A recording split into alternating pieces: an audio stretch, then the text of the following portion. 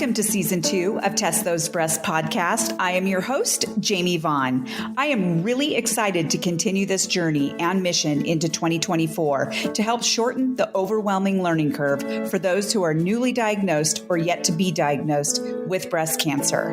It has been such an honor and a privilege to be able to connect and interview many survivors, thrivers, caregivers, oncologists, surgeons, nurses, therapists, advocates, and more in order to provide much needed holistic guidance for our breast cancer community. Breast cancer has become such an epidemic, so the more empowered we are, the better. By listening, rating, reviewing, and sharing this podcast, it truly does help bring in more listeners from all over the world. I appreciate your help in spreading this knowledge. My episodes are released weekly on Apple, Spotify, and other platforms. Now let's listen to this next episode of Test Those Breasts. I am super thrilled that we get to have Dr. Minas Chrysopoulo back on my show. He was on a previous episode where he spoke about his expertise in plastic and microsurgery, and we also brought in the concept of shared decision making. He is also the founder of the Breast Advocate app that I have in my show notes. I am so excited about the Breast Advocate app because now I know, but I didn't know before that I could actually do some research on what kind of surgery I could have, but I just didn't really know enough. And once again, that's one of the reasons I started this podcast, is because I want to make sure that people who have never even had breast cancer or those who have just been diagnosed have all the information that they need to be able to move forward with knowledge, because we know that knowledge is power. But Dr. Chrysopoulo, he likes to go by Dr. C. He is, just as a reminder, a board-certified plastic surgeon and microsurgeon and the president of PRMA Plastic Surgery in San Antonio, Texas. He specializes in state-of-the-art breast reconstruction with a particular focus on perforator flap breast reconstruction, techniques to maximize aesthetic outcomes after breast cancer surgery, and restoring sensation after mastectomy. This is what we're going to be talking about today, is about the idea of, can we get our sensation back in our breasts, either at the time of reconstruction after mastectomy or even delayed reconstruction after mastectomy? Well, welcome, Dr. C. I am so happy to have you on my show again. I just love following all of your stuff on Instagram. You are out there and advocating and educating and all the things. And we just had this conversation about coming back on the show to talk about something really super important, and that is the restoration of sensation with our breasts. And Absolutely. So welcome. How are you doing? Yeah, I'm doing very well. Thanks, Jamie. Great to be back. Good to see you again. Good to see you. You're doing too. Amazing things. Podcast thank you. Growing at a rate of knots. That's phenomenal work. Congratulations. Yeah, thank you. I just have this fire in my belly, as I told you before, to really help shorten that learning curve for people. And as we talked about last time, we talked about shared decision making and the importance of shared decision making. We're going to talk a little bit about that at the end, where we talk about the importance of choosing your team and who you're comfortable with working with, but also that Breast Advocate app, which I'm going to definitely bring up again, because I do have them always in my show notes now. And so I love showing that off because it is so brilliant. But thank you. Today, we are going to be really getting into this really important topic. You know, at the beginning, when I found out that I had to have a mastectomy, and I didn't even know what kind of surgery I was going to do, I thought that it was all there was implants. That was before I even knew anything else about what kind of other options I had. But one of my biggest fears was losing that sensation in my breasts. You know, we women love our breasts. I mean, I know that that's not all of what makes us female, but that sensation is very important, you know, for intimacy and things like that. And so I want to ask you, is there any way to bring that sensation back to the breast? And we'll talk about when that is possible, when it might not be possible. So let's talk. Yeah. So short answer is yes, it is possible to preserve and or regain some feeling. I was careful which words I used there because it's important for women to know that we're not talking about, 100% preservation being guaranteed, and we're not talking about 100% restoration of sensation being guaranteed. So there are definitely some very, very important nuances. But at the end of the day, the message is this. Many women, and maybe even most women, I think it's most women in my experience, when they have a mastectomy, they lose feeling. So it's exceedingly rare to have normal breast sensation after a mastectomy. The main point here is that there's a conversation to be had, and that there are options for women to end up with a result that is absolutely better than being completely numb. You mentioned intimacy. We're also not talking about maintaining 100% erogenous sensation.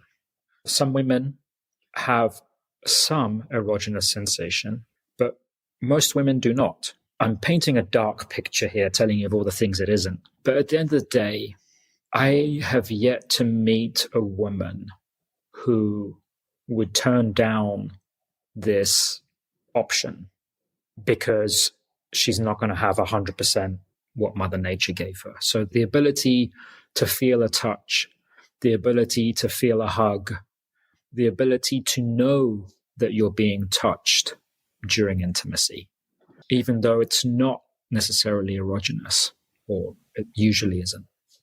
Those are all very important things.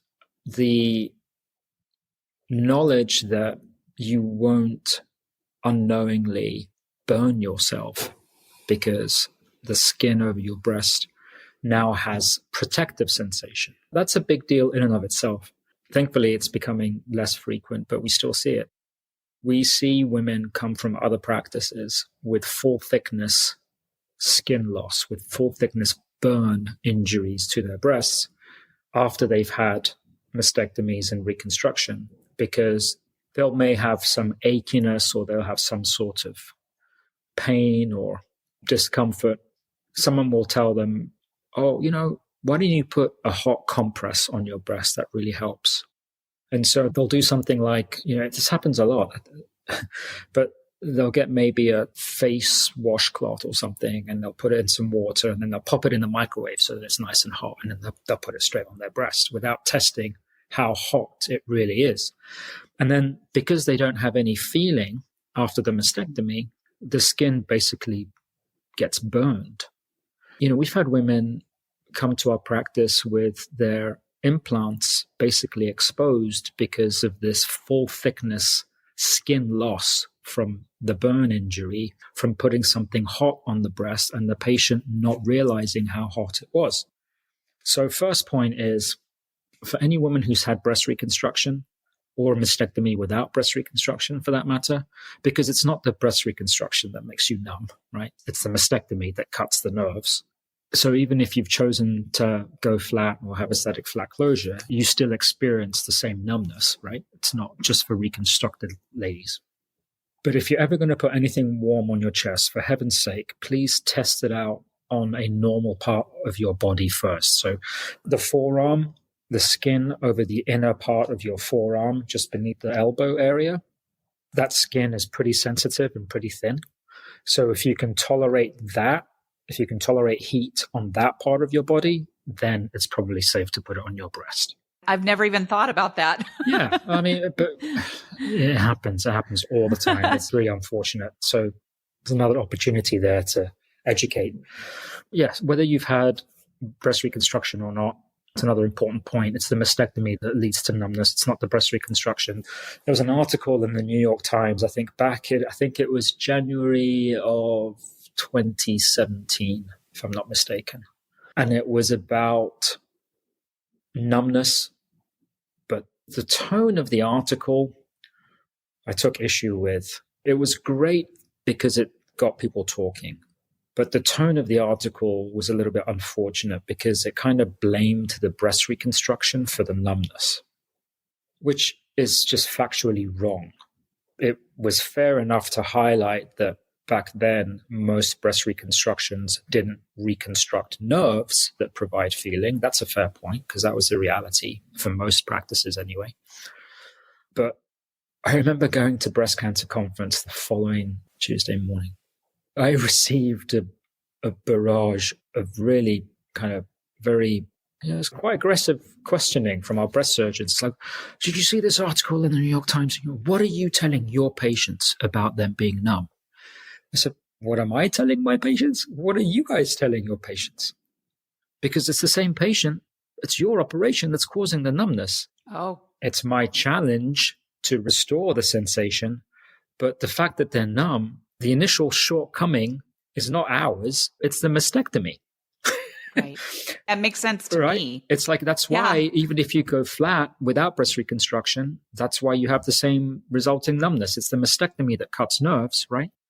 Now, it was a very good article because it got the conversation going, and just the reaction from our breast surgeons highlights the lack of understanding of what the true issue is. So fast forward to today, and we have two approaches. The first approach is to preserve as much feeling as you can, because preservation is always better than reconstruction. Our breast surgeons now, many of them are way more cognizant of breast nerves that provide the feeling. There are several nerves in the breast, and they try to look out for them when they're doing the mastectomy to try and preserve the nerves if possible. There are a couple that are super important for the nipple and the areola, especially for women who are having nipple-sparing mastectomies. But there are some main nerves that supply the bulk of the breast feeling. And there is a lot of overlap between the nerves too. But if you're cognizant of the nerves and you're trying to look out for them, especially the main ones that tend to be larger caliber, then you have a much higher chance of being able to save them if possible. There are surgeons now who are really trying to get the message out in terms of the breast surgery field and in terms of nerve-sparing mastectomies. Anne and Zeev Peled, it's a husband and wife team in San Francisco. She's a plastic surgeon and a breast surgeon.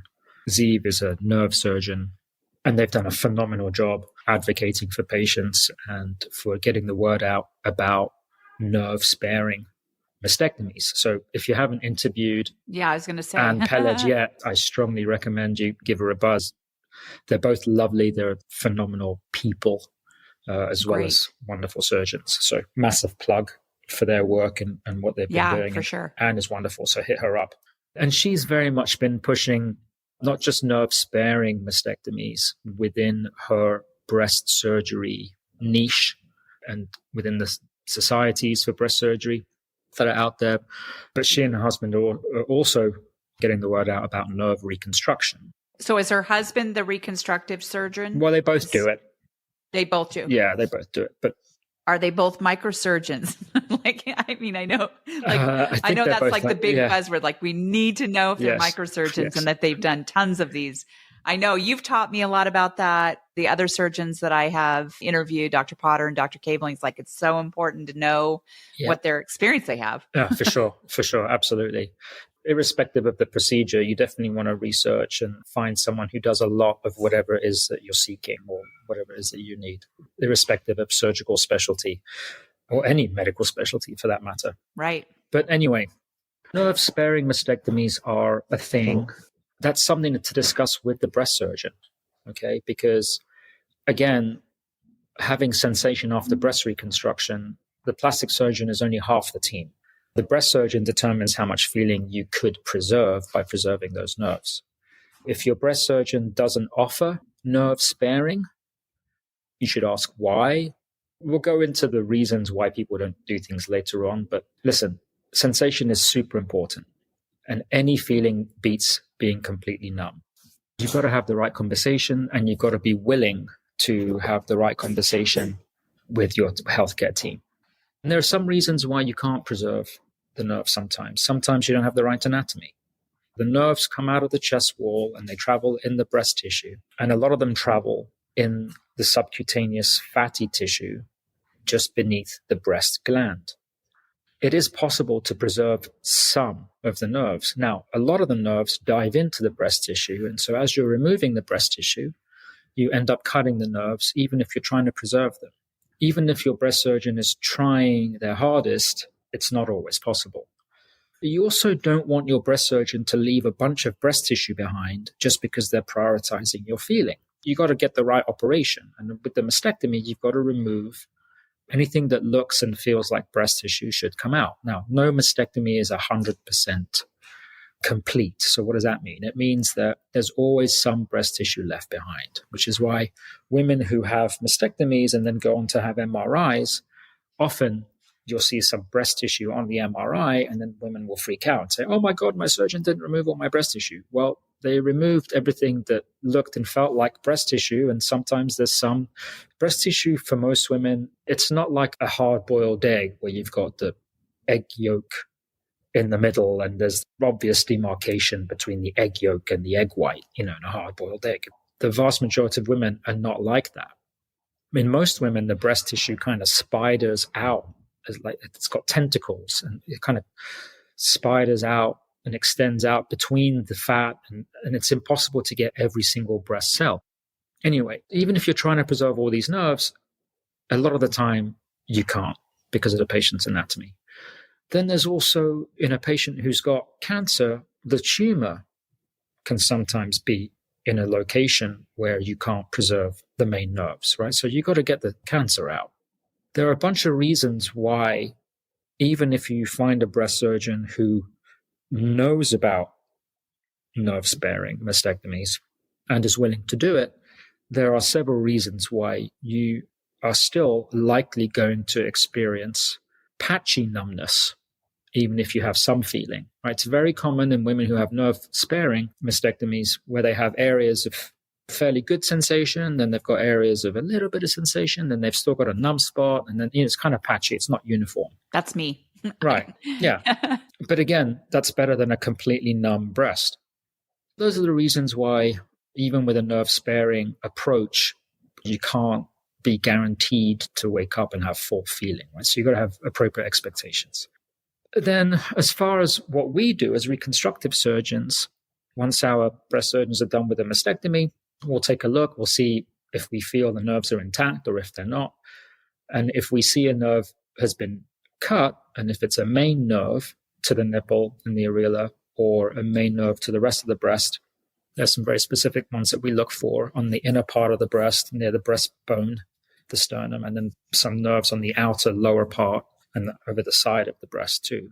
We look for those nerves, and our breast surgeons, a couple of them have taken the whole nerve-sparing thing to a whole new level, and they have this immense sense of pride. It's like, hey, look at this. How'd you like this? Huh? You like this nerve? You like this nerve? A lot of the time, you can't see the actual nerves, but you can see the tissue that's been left behind, and you know where the nerves come out of the chest, and you know that it's highly likely that the nerve has been preserved. Other times, you see a nerve that's been cut, and it's very obvious it's been cut, so now you have a target to reconstruct. So what we do at PRMA is whenever we don't feel a nerve-sparing technique has been done and we see that there's a nerve that's been cut, we'll go ahead and reconstruct it. And this isn't quite as good as preserving, but again, it beats a numb breast. So what we'll do then is, with the techniques that we do mostly at PRMA, which is tissue reconstruction, as you know, the DIEP Flap is the main procedure that tissue reconstruction practices perform. So the DIEP Flap is what we call the workhorse. It's kind of the Cadillac tissue reconstruction using the lower abdomen. So what we do routinely is when we take that tissue and transplant it to the chest, we also take a nerve with that tissue that was basically providing feeling to that tissue on the belly. And we take the nerve with the skin, with the fat, and we take a nice length of it, and then we can connect that directly to the cut nerve in the chest. And there are different ways to transfer the tissue. There are different ways to position it so that the nerve endings reach. Sometimes if the nerve endings don't reach, you can use a bridging nerve graft, which is a cadaver product. It's a human product from cadavers, and it comes in various lengths. If you've got a nerve with the flap that doesn't quite reach the cut nerve in the chest, then you can bridge the gap with this cadaveric nerve graft.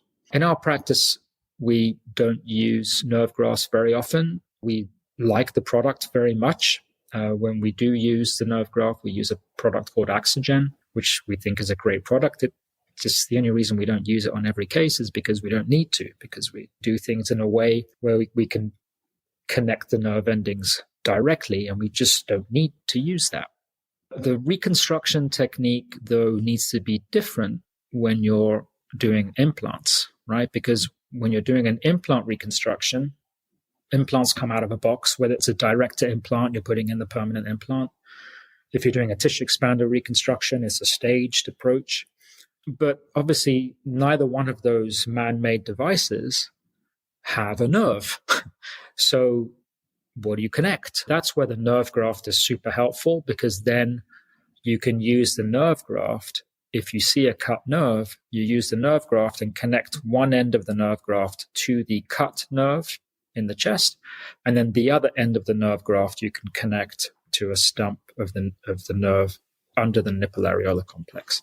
And that's actually the technique that is popularizing and has popularized. Even if you have an implant-based reconstruction and you don't use your own tissue, you can still get a nerve reconstruction if your surgeon offers it. We have people that travel to PRMA from all over. 10, 15 years ago, they were traveling for the DIEP Flap because there weren't so many people doing DIEP Flaps as there are now across the country. Now, patient access, while it's still a problem, and we're not there yet, it's a lot better than it was 10, 15 years ago. But now a lot of people are traveling for the nerve reconstruction because the local folks don't offer that, and they kind of put it down. Whether it's nerve-sparing mastectomy, they can't find a surgeon that will do that, and then they can't find a plastic surgeon that works with a breast surgeon that will offer reconstruction. So sensation is really the next kind of frontier that we have to cross in breast reconstruction. I mean, breast reconstruction may not cause the breast numbness, but we have the opportunity to fix it, add that.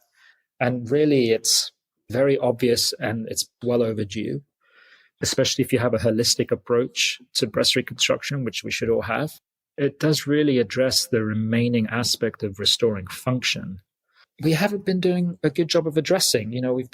I used to say, I remember early on in practice, when I was talking about tissue reconstruction versus implants and the pros and cons of each, one of the pros of tissue is its consistency, but I wasn't thinking in how I would phrase things. So I would say things like, an implant can provide a nice, very cosmetic, augmented result, if that's the look you want. And a tissue reconstruction provides a more natural feeling result. And then I never realized way back then, I've been in practice for almost, I don't want to say it's been so long, but anyway. Actually, yeah, you do, because that gives you 20 years. A lot of credibility. All right, okay.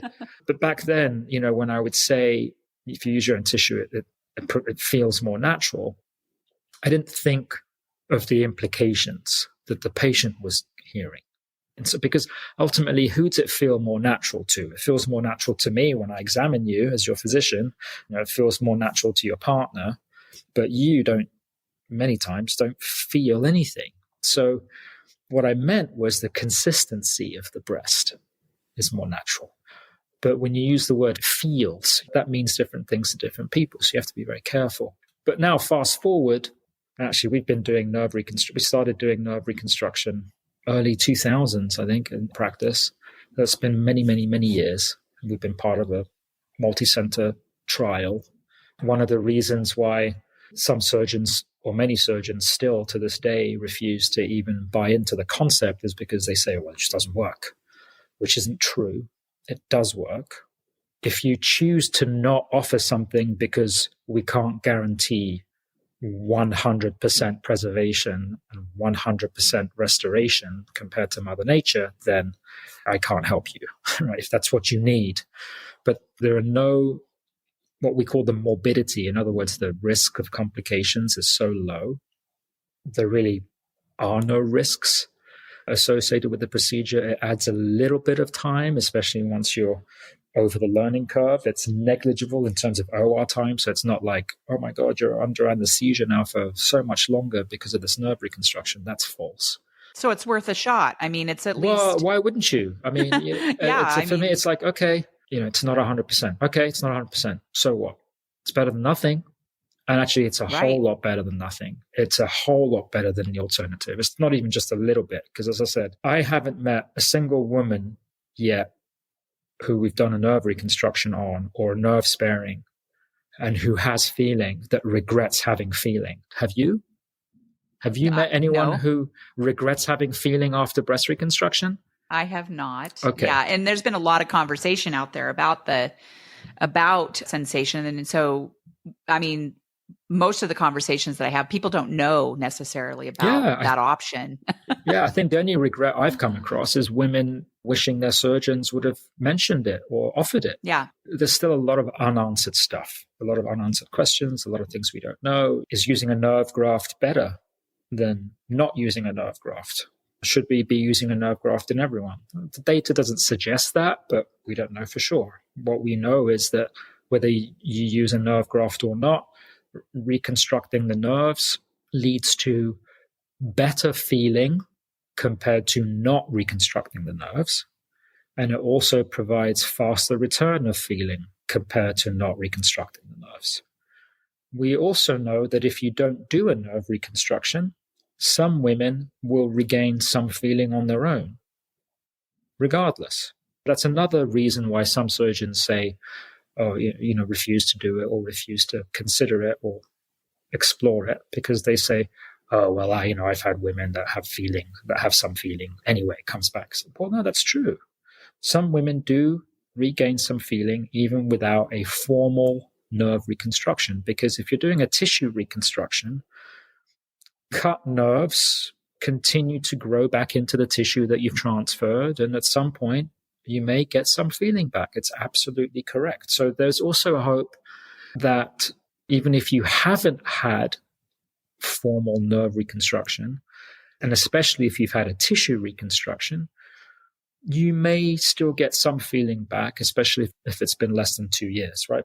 By 2 years, most people, it is what it is. So if you had reconstruction 10 years ago, you're probably not going to experience more over time at this point in terms of return of feeling. What about, somebody who has a mastectomy and they have, I guess, delayed reconstruction? Yeah. And also, how does radiation great questions. Play a role in that? Great question. So delayed reconstruction, we look for a nerve that's been cut, and we usually find one. So the delayed reconstruction actually probably has, of all the patient demographics, the patient groups, probably the delayed reconstruction folks, I think, experience the greatest change, because typically they have a much larger area of skin that has to be added as part of the flap. Most people have a big skin paddle. That's a big area that you can potentially restore some feeling to. And so the delayed folks really appreciate it. And in terms of radiation, that's another great question. I used to not do it or not stress about it in women who had radiation, because radiation kind of sterilizes tissues and it prevents what we thought it would prevent nerve regrowth. And so there wasn't any point in doing a nerve reconstruction. But then I think, now we have studies that show that it helps with radiated patients as well. So the studies that we have now, and there have been several papers, especially out of Holland. There's a group that's published a lot out of the University of Maastricht. We know now, so number one, reconstructing nerves restores more feeling and quicker than not reconstructing nerves. And we know that that also applies to women who have had radiation. Now, the radiated flaps don't do as well. So women who have had radiation, the degree and the quality of feeling that they get back isn't the same degree as women who have not had radiation. Does it make a difference? And I don't know whether PRMA, you all do this over there, but I know that there are some surgeons who will do mastectomy and will delay the reconstruction because of radiation. Mm-hmm. Does that make a difference? Like if you were to do immediate reconstruction, is it possible versus waiting? Yes, you can do nerve reconstruction in any of those situations. Okay. Yeah. Okay. Yeah. I know there's so much question around that revolving around this radiation. I never had radiation, and I didn't know that I wasn't going to have radiation until after my DIEP Flap until they pulled the lymph nodes and knew that they were not in my lymph nodes. And I ended up not having to do it. But there's so many women who've had to do radiation, so. It's still worthwhile having a nerve reconstruction, even if you've had radiation.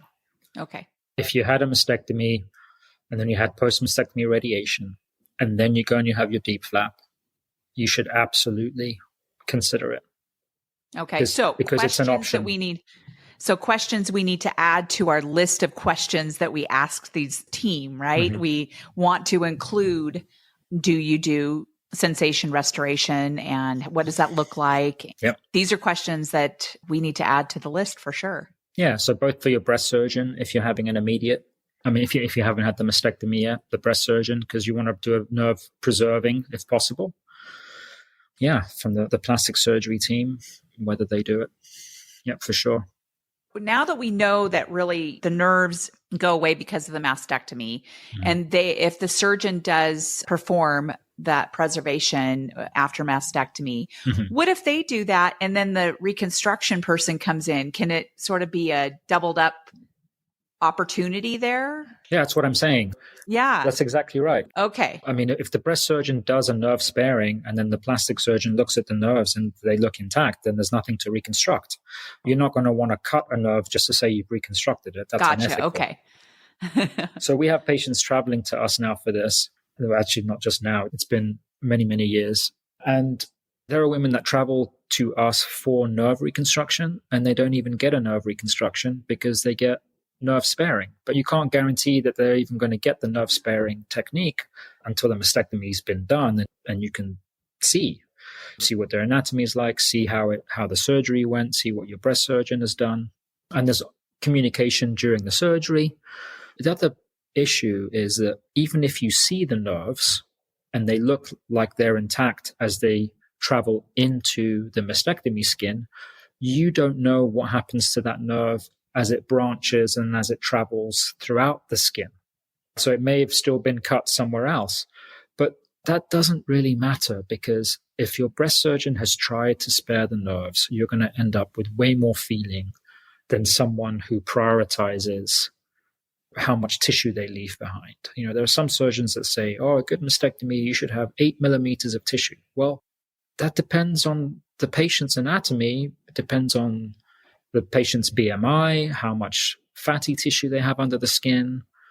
It depends on so many things. And there are layers.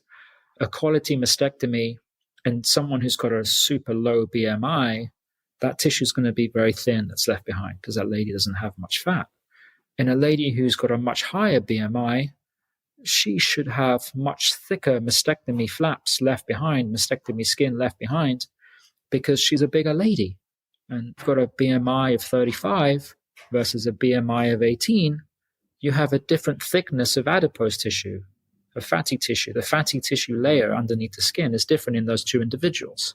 If a high-quality mastectomy focuses on removing the breast tissue, then you should absolutely not have the same mastectomy skin thickness left after the mastectomy in both those people. Okay, makes sense. Good breast surgeons know that. Not everyone has the same approach. Okay. In your breast advocate app, I was just looking up on their nerve sparing. When you go through the wizard, right? That's what you called it on there.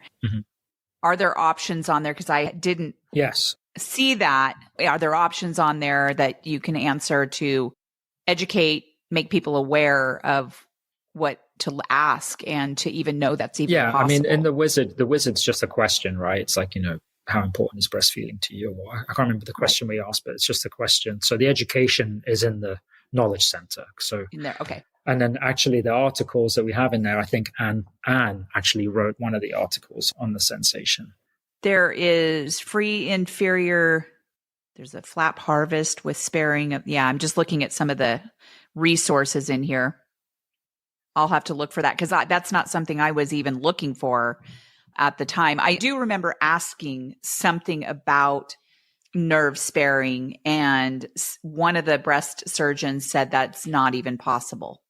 They said, I respectfully beg to differ. Okay, well, that's good. Yeah, good to know, because they said that despite what people say, that really isn't something that can happen. And now we really do know that it can happen. I'm Yeah. curious, do you have... And there's plenty of published data on this. So for ladies who like researching articles and stuff, and if you go to PubMed, the articles are in Breast Advocate, so it's even easier to kind of... Good. I love that. Yeah. Love the Breast Advocate app. So nice to be able to have that all housed in that area. You probably have patients that have told their story about that, yes? Which bit? About feeling? Yeah. Oh, yeah. About maybe, like someone who might want to come on here and talk about it. I'm sure. Yeah. Yeah. Because people want to know. I mean, I know ladies out there want to know. That shouldn't be an issue. Okay. Well, I'm really glad that you reached out and wanted to talk about this. And that does add another layer of how we pick our team, how the surgeons work together. Yeah. It's procedure dependent. When you're picking your team, if you want implant reconstruction, if you decide that's what you want, then really you should focus on the pairing, the breast surgeon, plastic surgeon pairing. Don't pick a breast surgeon and then go off and pick a plastic surgeon that never works with that breast surgeon.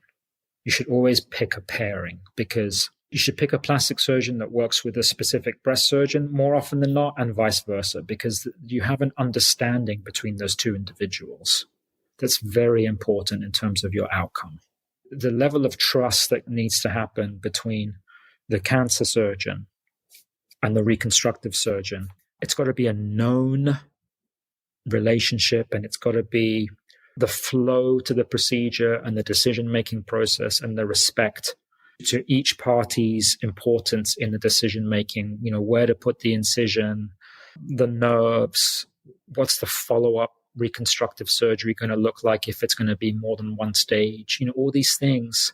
The model that exists in some places where the breast surgeon does their thing and then the plastic surgeon just comes in and there's been no input and the plastic surgeon is just left to just make the best of it, that's not what you want. Yeah, the communication is massive. Key. It's massive. Yeah, it's like being a team teacher in a classroom, Yeah. And then if you're doing microsurgery, then the whole team thing, that's a whole new level, whole other level, because microsurgical procedures are complex. A good surgeon can do those with a PA and get away with it most of the time. I know several across the country, good surgeons that do these surgeries with a PA. But we don't do that at PRMA. We have 2 surgeons on each microsurgery case, because those cases, when they go well, they go well. And you know what? It can be straightforward and things go well and things go smoothly and things are slick and you get done at a decent hour and everyone's happy. It's when things don't go according to plan, when you really want that second person there. And microsurgery is very complex. And one thing we're seeing now with insurance, and I bring this up too because you and I have spoken about the insurance issues before, and the whole ESCO debacle for DIEP Flap surgery and perforated flap surgery.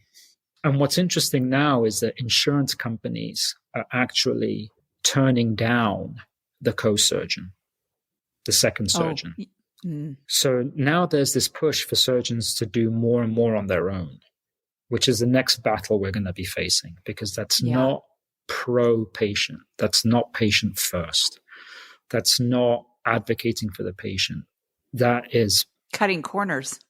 Yes. I mean, we feel it is. Now, again, there are surgeons that can pull this off, but just because you can pull something off doesn't mean it's a smart approach. And if I'm the patient, I don't want to hear that you can pull it off.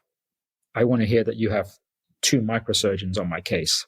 Yeah, and that you're very confident it's going to work out well. And it's going to work out, agree. Right. And so that's another battle now that's kind of starting to heat up. We're seeing, I'm seeing lots of colleagues around the country, the conversations we're having, lots of colleagues that used to work with another surgeon and now not able to as much or at all because of insurance contracting.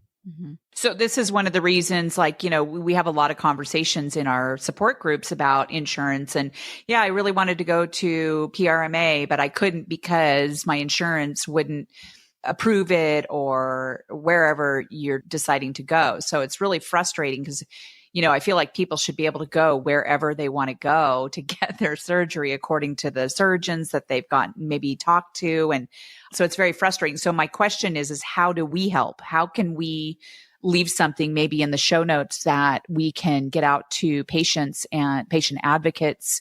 What can we do from our angle? Yeah, great question. I think it's important to discuss the patient safety aspect of it. 2 microsurgeons are always going to be better than 1. And so advocate for yourselves. If you have a choice, just take that into account. And then, if your insurance is giving you a hard time, then it's funny. I think insurance plans, insurance companies, they do not like getting complaints from patients. They get complaints from surgeons all the time. Right. So everything's negotiable. Everything, you're the customer, right? Ultimately, the patient is the customer. You have a stronger voice as patients, I think, than surgeons do. Okay. I would say talk about it. I would say bring it up. I would say if your insurance company denies it and you want to go to a place that is using 2 surgeons, make a stink. It's not like it's interesting. If you guys were privy to the finances on the back end, you would see that it's not even the financial decision. That's not really the conversation, because the X that they pay more for 2 surgeons is so negligible. That's not even the point. So it's just using things to say no, right? So it's the latest thing after the CMS hearing and after the S code issue was remedied and the sunsetting of the code wasn't happening anymore.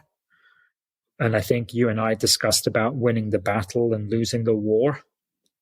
The next part of the war is the co-surgeon, is the second surgeon, because that's where insurance companies are focusing now, and they're squeezing surgeons. So now more and more surgeons, if they want to do the surgery, they have to do it on their own with a PA. So how is that putting patients first?